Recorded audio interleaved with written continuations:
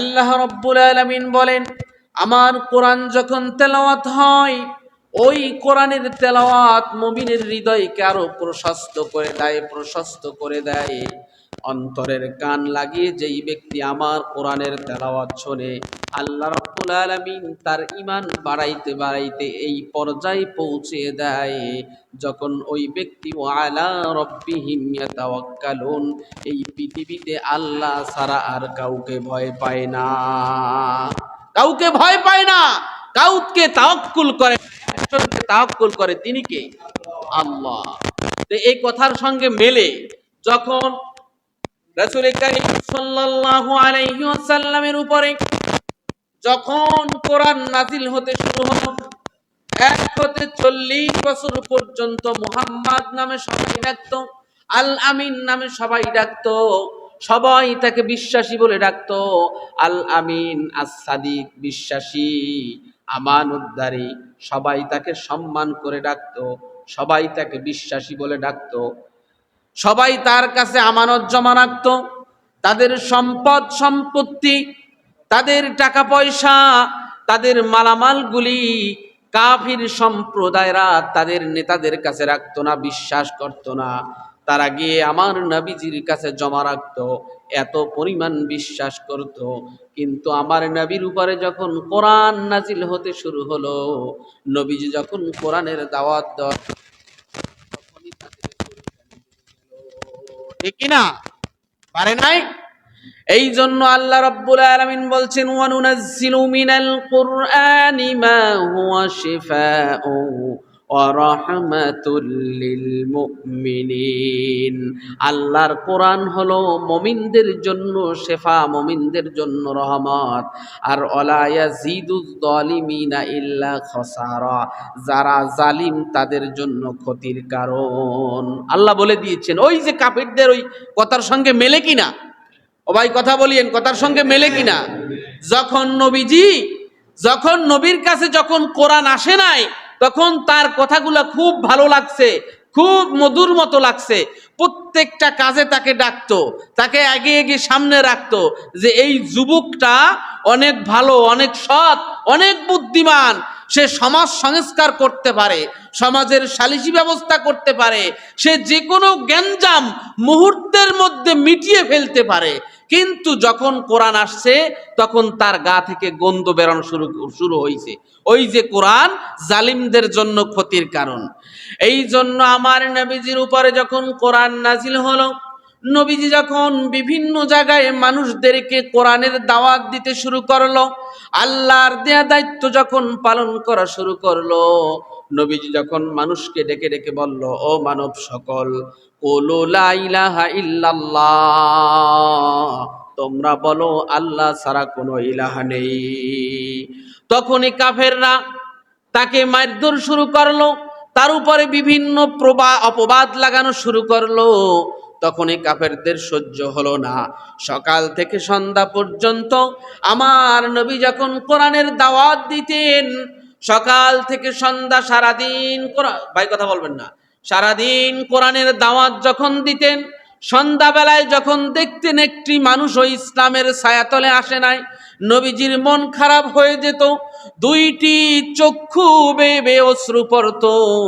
নবীজি অনেক কষ্ট পেতেন, অনেক কান্নাকাটি করতেন।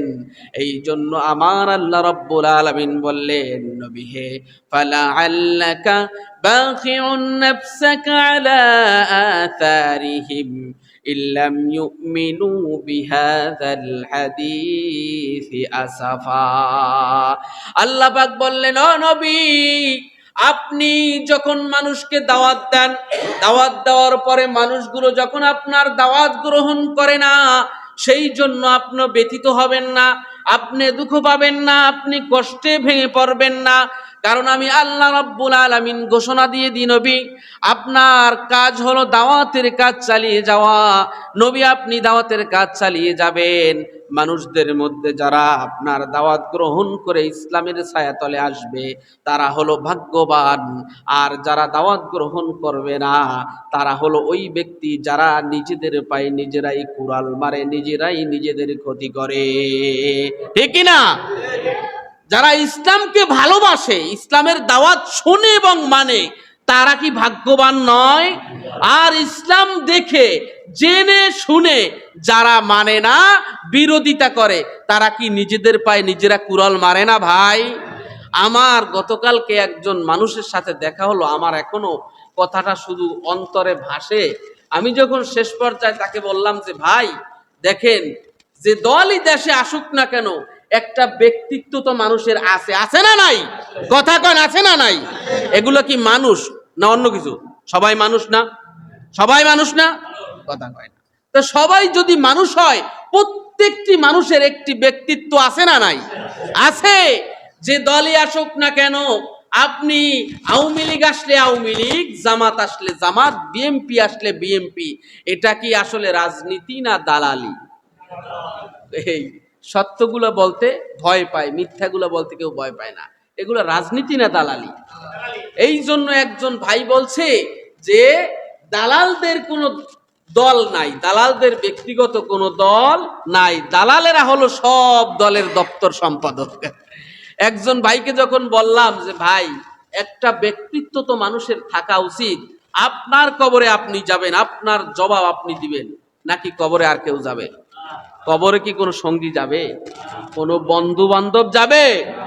চিন্তা করে দেখো রে মন, ওই রাত্র গভীর নিশীতে, মরণকালে নেই রে বন্ধু, কে যাইবে তোর সঙ্গেতে। কথা ঠিক কিনা?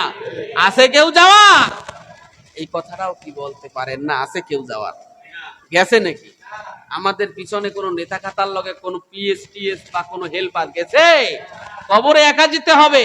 তো আমি যখন বললাম যে ভাই আপনার কবরে আপনি যাবেন, আপনার জবাবটা আপনাকেই দিতে হবে, তখন কি বলবে? দূর হাত পৌঁছে আমরা কবর টবর, এটা মুসলমান। এরপরে শুনলাম বলে এটা বলে টাইটাল পাস, টাইটাল পাস, মাদ্রাসা থেকে পাস করতে লোকছে এরম কথাও তো এরকম কইতে, হে বলে মাদ্রাসা হইতে টাইটাল পাস করছে হেতে। আমার যা মুন্ডায় চাইছিল শুধু ওই কথার কারণে, অন্য কোনো রাজনৈতিক বিষয় না, আমার যে খুব খারাপ লাগছিল, কিছু বলতে পারলাম না। নিজে নিজে পরে নিজেকে নিজে প্রশ্ন করলাম যে এই সমস্ত আজেবাজে লোকদের সঙ্গে কেন জড়াইলাম, এই সমস্ত আজেবাজে লোকদের সঙ্গে আমি কেন জড়াইলাম।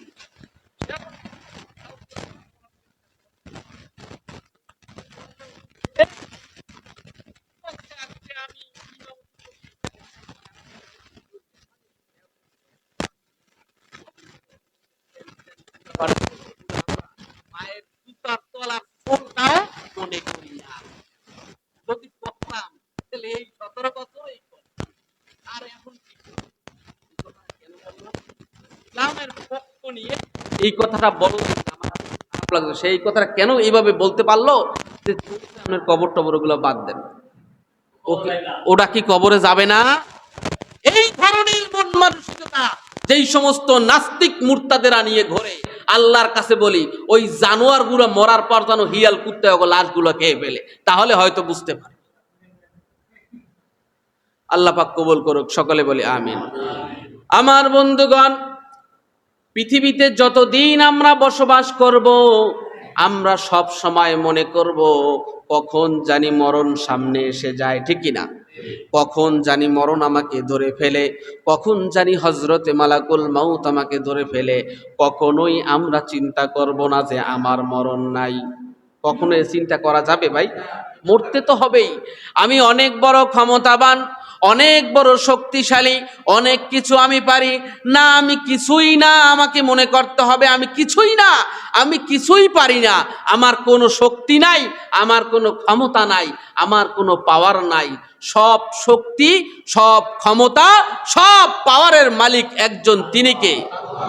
সেই আল্লাহ পাক রব্বুল আলামিন বললেন, ইয়া আইয়ুহান নাসু দুরিবা মাসালুন ফাসতাবিউ লা। আল্লাহ রব্বুল আলামিন বললেন নবীকে, জানিয়ে দিলেন যে ও দুনিয়ার মানুষেরা, তোমরা খেয়াল করে শোনো, তোমাদের দিলের কান লাগিয়ে শোনো। আল্লাহ বলতেছে আমি তোমাদেরকে একটি মিসাল দিচ্ছি, মিসাল দুরিবা মাসালুন ফাস্তামিউলা, মিসাল দিচ্ছি তোমরা কান লাগিয়ে শোনো। ফাস্তামিউলা, খেয়াল করে শোনো। সেই মিসালটি কি, সেই উদাহরণটি কি? আল্লাহ রাব্বুল আলামিন বললেন ইন্নাল্লাযীনা তাদউনা মিন দুনিল্লাহি লা ইয়াখলুকু যুবাবান ওয়ালাউ ইজতামাউ লা। আল্লাহ বললেন বান্দা, দুনিয়ার ভিতরে মানুষেরা যদি সবাই মিলে সবার বুদ্ধি খাটিয়ে যদি চিন্তা করে, তারা ছোট্ট একটি প্রাণী, মাছির মতো একটি প্রাণী অথবা একটি মাছি তৈরি করবে। একটি মাছি, মাছি আছে না, ছোট একটি মাছি তারা যদি সৃষ্টি করতে চায় অথবা তৈরি করতে চায়, তারা কখনো পারবে না। ইন্নাল্লাযীনা তাদউনা মিন দুনিল্লাহি লা ইয়াখলুকু যুবাবান ওয়ালাউ ইজতামাউ লা। তারা সকল বুদ্ধিমান, সকল বিজ্ঞানী, সকল ডাক্তার, বড় বড় বুদ্ধিমতী যারা রয়েছে, সবাই মিলেও যদি চেষ্টা করে, আল্লাহর সৃষ্টির একটি মাছিও তারা সৃষ্টি করতে পারবে না। وَإِن يَسْلُبْهُمُ الذُّبَابُ لَا يَسْتَنقِذُوهُ مِنْهُ ضَعُفَ الطَّالِبِ وَالْمَطْلُوبِ। আল্লাহ বলেন শুধু তাই নয়, তারা তো মাছি সৃষ্টি করতে পারবেই না, আবার যদি একটি মাছি তাদের সামনে দিয়ে কোনো কিছু নিয়ে যায়, ওই মাছির কাছ থেকে জিনিসটা যে তারা কেড়ে রাখবে সেই শক্তিও তাদের নাই। একটা মাছি যদি আপনার সামনে দিয়ে কোনো কিছু নিয়ে যায়, সেটা রেখে দেওয়ারও ক্ষমতা আছে ভাই? আছে? রাখতে পারছেন কোনোদিন? এরপরে রব্বুল আলামিন বলেন দুফাত তালিব ওয়াল মাতলুব। আল্লাহ বলেন পূজারী এবং পূজিত তারা কত বোকা, কতই না দুর্বল তারা দুনিয়ায় থাকতে, তারা দুনিয়ার ভিতরে থাকতে অন্য অন্য মূর্তি পূজা করে, অন্য সব কিছুর পূজা করে আল্লাহকে বাদ দিয়ে। কিন্তু তারা জানে না তাদের কোনো সৃষ্টির ক্ষমতা নাই, হায়াতের ক্ষমতা নাই, মৌতের ক্ষমতা নাই, কোনো কিছুই ক্ষমতা তাদের হাতে নাই। সব কিছুর মালিক যিনি, তিনি কে? আল্লাহ পাক রব্বুল আলামিন আমাদেরকে সহি বুঝ দান করুক, সকলে বলি আমিন। বড় বড় বড় ক্ষমতাবান আমি অনেক বড় লাট সাহেব, এগুলো যেন কোনোদিনও আমাদের মনে না আসে। আর যেন এরকম চিন্তাও না আসে যে কিসের কবর, ওগুলায় কি আমরা যাব? কাকু তো দেশ দিয়ে বলাই গেছে, কিসের কবর, এত নাই।